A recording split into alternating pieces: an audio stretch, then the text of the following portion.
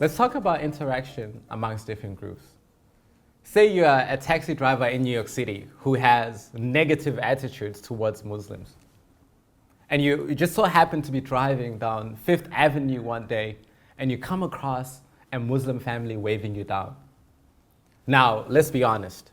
When you see this family, you're not going to automatically love Muslims, but you can still stop, let them in, be professional, and take them to their location.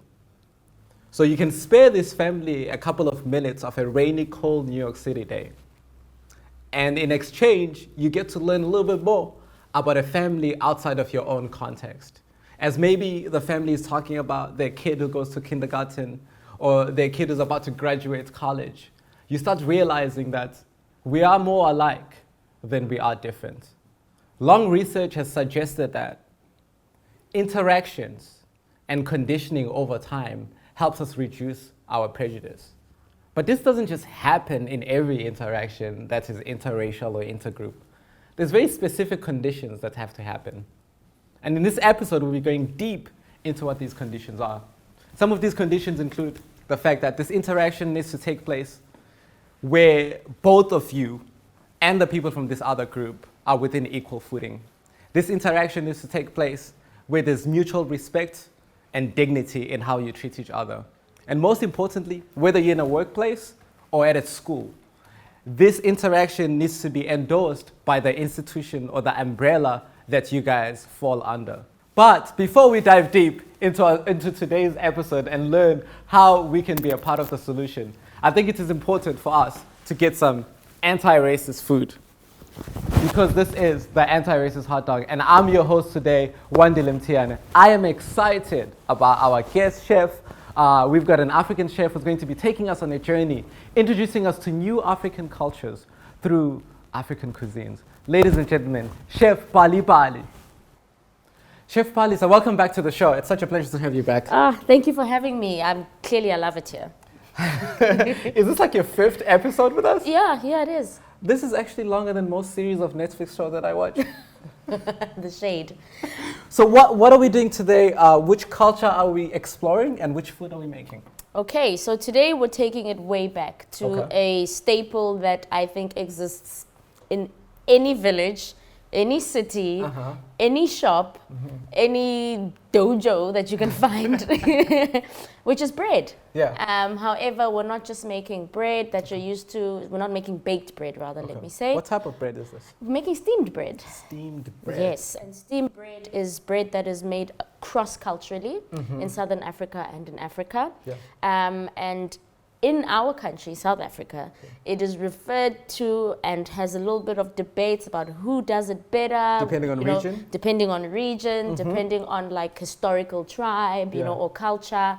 However, the funny thing is that I think it's one of those where it's just a comparison between neighbors.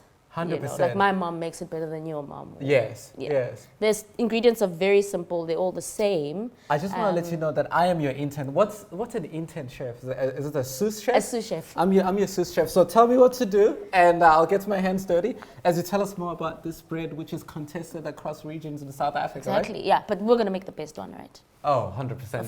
This is it. This Naturally, is naturally. because it's an anti-racist bread. Exactly. Okay, so first we're gonna start with flour. Okay. White flour.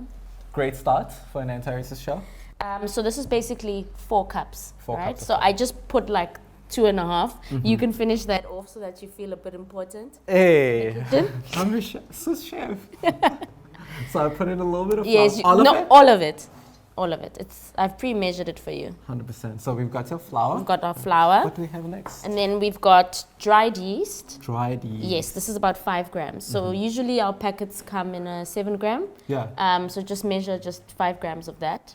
I find it interesting that you said we have white flour, but you don't talk about the color of the yeast. Anyway, we have brown yeast. Okay, we can put that in. Do I put the whole? Yes, the whole thing in. I'm very conservative. Usually with yeast, you activate it with tepid water, which is basically pre-boiled water, so warm water. But with this, look, I'm a chef. I cut corners. I cut corners. because doing it like yes, props. we'll just pour the water into here Okay. already, and then it will activate as we need it. As we go. Yes, as we go. And then here I've got a pinch of salt, but I figured that you've got bigger hands, so just maybe 2 pinches. Have you seen that dude from Dubai? Oh yes. Salt Bay, okay. But a pinch of salt is not necessarily a pinch of salt. A pinch of salt in our world is actually like half a teaspoon. Half a teaspoon. So just go ahead and put the whole thing in. Oh, the whole thing? Yeah, there's nothing PC about this. I think I was born for this.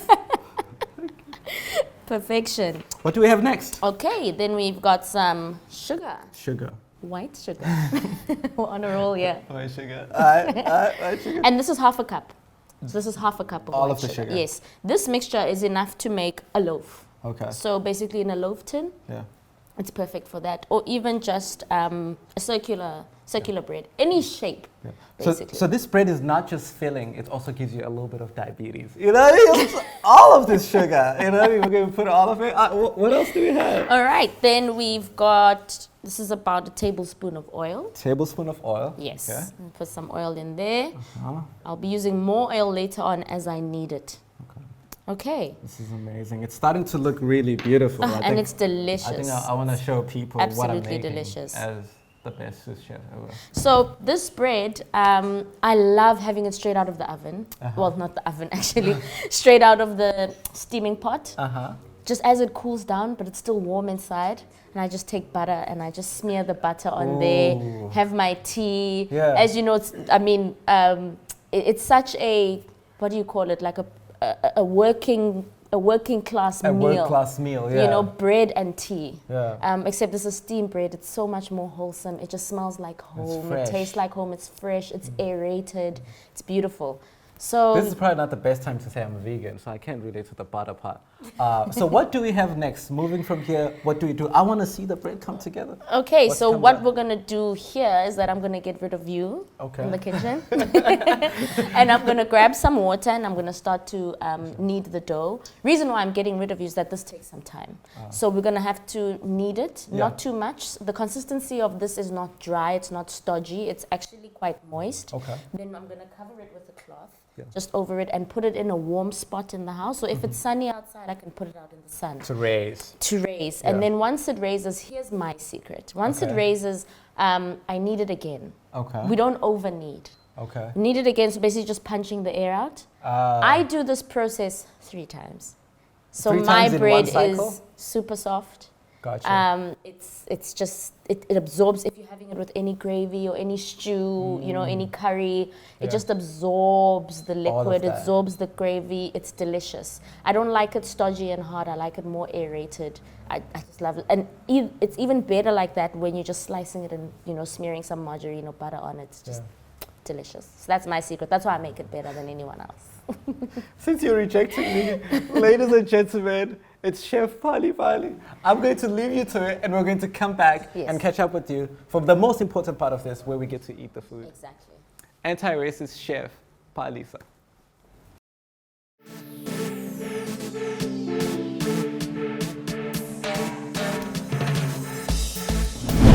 Hey everybody, welcome back to the Anti-Racist Hot Dog Show, the only show where we serve you with African food with a side of anti-racism. I'm your host, Wandile Mthiyane, and I'm excited about this next topic.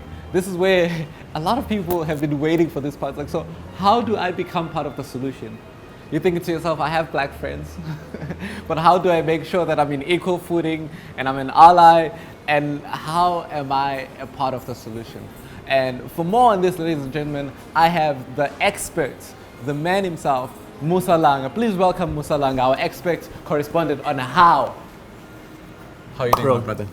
Pleasure to be back. It's a pleasure to have you. Thank you. It's a pleasure to have you. So how can I be a part of the solution? I mean, we've been talking about this and going through it, and I presume that by understanding the problem and understanding the different levels of caring, we are already starting to solve the problem. Yes. But really, how can I be a part of the solution? Well, Wandile, people believe that racism exists on an individual level and not in a systemic way. Say more.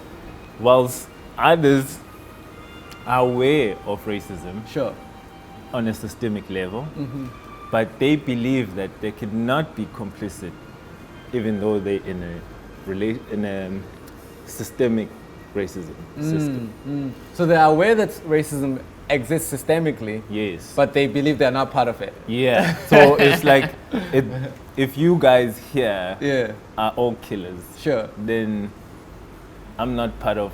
I'm not part of that. I'm not that, even Yeah. though I'm there when you're doing the killing. Yeah. A lot of companies are aware that racism exists in the world, but somehow they don't believe that it exists in their organization. Now, we may argue that this is due to the fact of the absence of the overtly discriminatory policies within the companies Yeah. or diversity initiatives. Yeah. As we've learned that these claims are not true, Why aren't they? because there's research that shows this. You keep presenting on the show. Yeah. Anyone who's been watching until episode 5 has to be aware of that by now. Yeah. Now, the second most important issue is understanding how much do these topics really matter to you. So it goes back to what we spoke about, that how much does it actually matter to the company, how much does it actually matter to the management, and how much does it matter to the individual, which shapes the racial dynamics within Yes. company culture. Yes. Now, if we're gonna look at individuals, individuals are looking at strategies towards modifying attitudes, behaviors, and habits. Okay.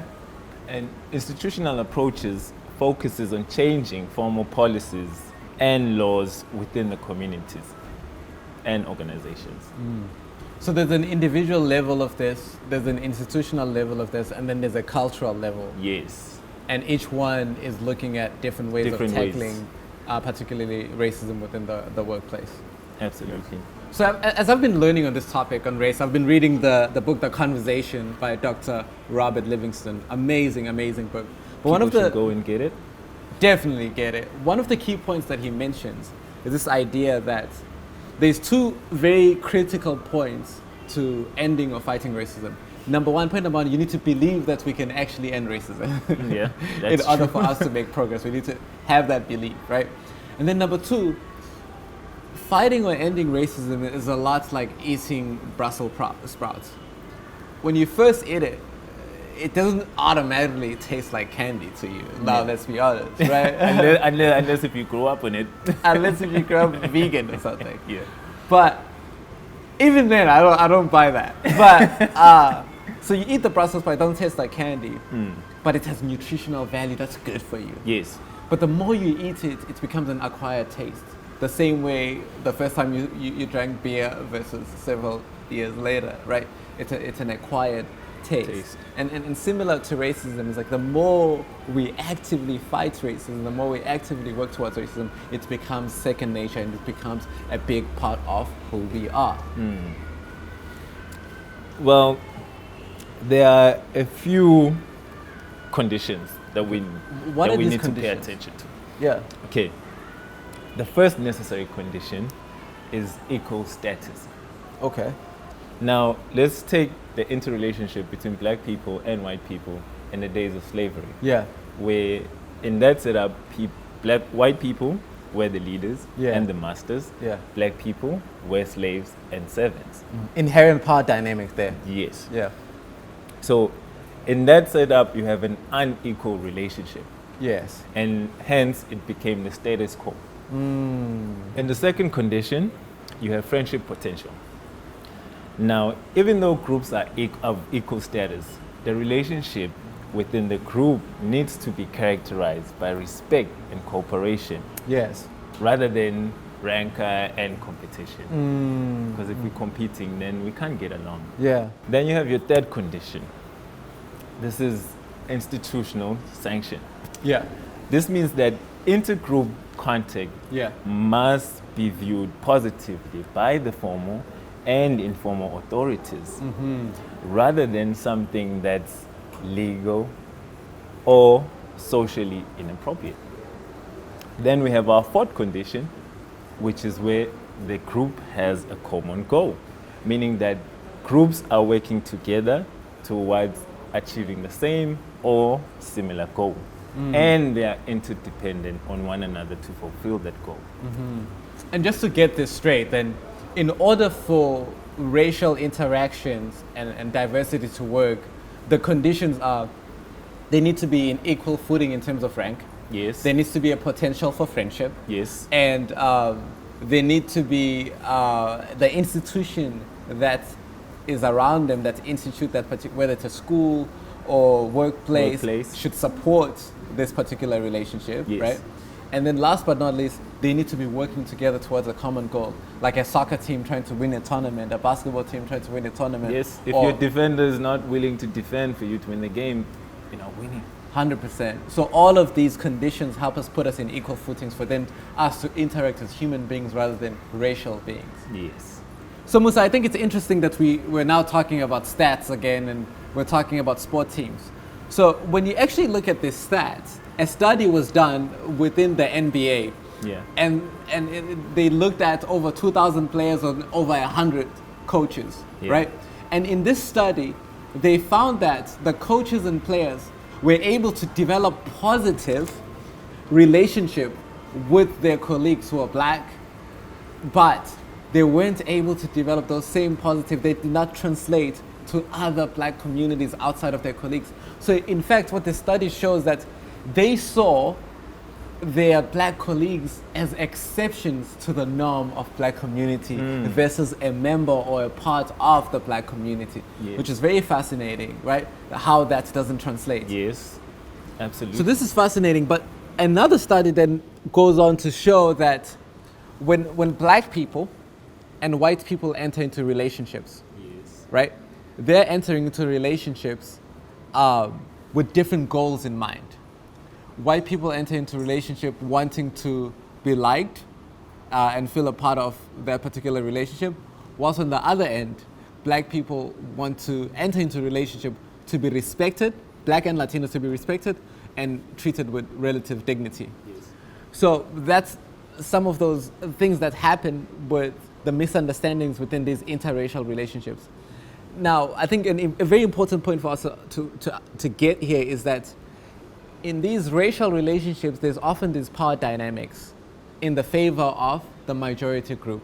So the majority group dictates how the interaction goes, Yes. which creates a lot of the conflict within these interracial relations. Absolutely. You just stole the words out of my mouth. Yeah. The fact that these studies are absolutely spot on, Yeah. if you ask me, because this creates an interaction of power dynamics where majority culture dictates how interaction ought to take place Yes. and how a person of minority should behave. Yeah. So like code switching. Yes. Tell me about what is code switching? Code switching Yeah. is where you have to change. You see the need to change your accent, Yeah. change your hair, or just So change like how you move, Yeah. just so that you can fit into your workplace or team, whatever the environment or the setup may be. So like if I have to cut my beard so that I look more like Jim, and because Jim is accepted. Yes, or you feel you should comb your hair because I think my mom would want me to do that. but yeah. obviously. So basically, in other words, if you believe that the experiences of black and white people anywhere in the world are the same, then you're expressing a lack of awareness and sensitivity towards the people of color. So Musa, I guess the three lessons that I'm learning from how to be a part of the solution is, number one, it's not enough to be polite. We have to be respectful. Yes. Because respectful requires you to be intentional, but it also requires you to be aware Yes. and have knowledge of the other group. And then number two, we look at that both white and black people come to relationships with different goals. So we need to understand each other's goals coming into these Yes. relationships so that we can serve each other best. And then number three, last but not least, Overriding attitudes. overriding attitudes. The idea that you may feel some sort of way about Latinos or Muslims, but when you are encountering a Latino person or an Asian person, you can still treat them with dignity Yes. treat them with respect.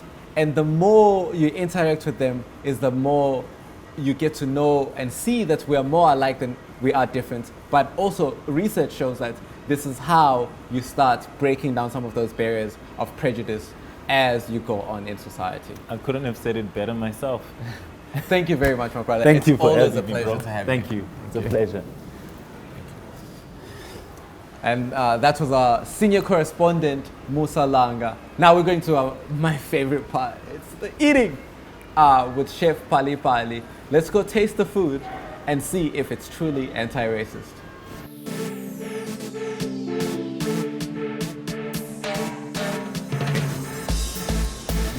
I am back. It smells so good. You know this is the finished You know what product. you look like? You know those cartoons that go and smell the smoke? And they just like, and they like going around the whole cartoon village with like smelling smoke. That's what you look like. So long as the smoke is of good bread like this, I'm a cartoon. Exactly. Here you go. Oh, Ready man, to this taste? is exciting. Before I taste, Okay. we're going to rate this food as racist or anti-racist, right? Before you taste. Well, what's after I taste? Exactly. The proof is in the pudding. But let's see which one is which Okay. first. So if the food is anti-racist hot dog, versus if the food is a racist dog. So that's our rating for today. Pressure. Can I? Yes, dig in with your hands. We don't need any cutlery Are you here. sure I don't need like a fork and knife? No, sir. This is an African meal. Cuisine. Oh man, it's so soft, the texture. Yes, yes. Don't get some on your beard. This is amazing. It's good, eh? This is by far the best bread I've had. But let me swallow it first to make sure if it Okay. is. I like it because it's not so chewy. Mhm. It's not dense. Mhm. So you don't feel like, you know, like the consistency of white bread, Mhm. commercialized white bread. This, it sort of melts in your mouth. Yeah. And I imagine this like scooped up in a stew or something like that. Delicious. Definitely this is anti-racist bread. I hope I lifted the right card. I did. Anti-racist bread. Go and try out this recipe. And if you make it right, send us a photo at anti-racist hot dog. Or if you make it wrong. Or if you make it wrong. And we'll give you this one. And then we'll give you this. We'll give you a rating. Thank you very much for today. This has Thank been you amazing so much for you. having me. Yes. Oh, it was amazing. Thank you. This is the Anti-Racist Hot Dog Show. See you on the next episode.